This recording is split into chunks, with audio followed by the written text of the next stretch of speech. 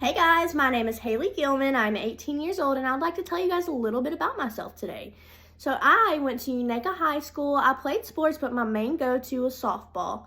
I really enjoyed softball and I still do. Softball has always been my heartfelt sport, you know.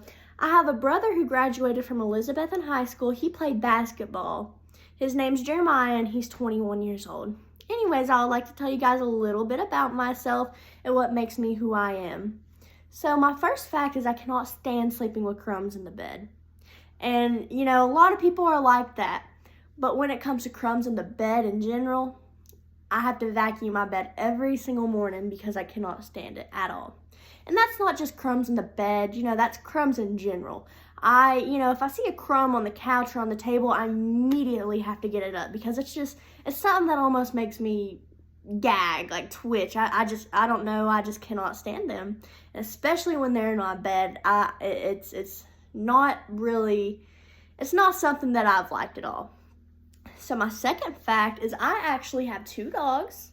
One's name is Blanche and the other's name is Ruby. If you go on Elizabeth and Carter County Animal Shelter and you look up Blanche, you will actually see her.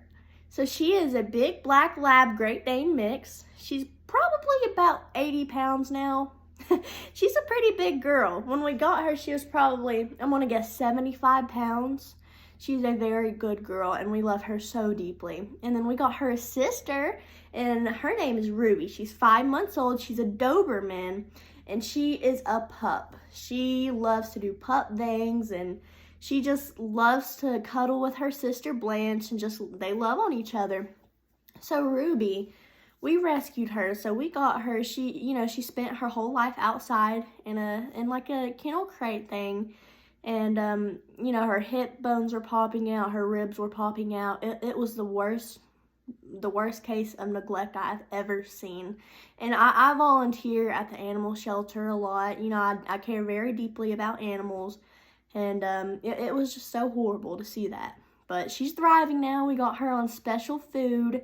And, her and Blanche, they play a lot. When we first got Ruby, she didn't know what to think. You know, she was so scared. She wouldn't stop peeing in the house. And it was heartbreaking. Then she started loving us.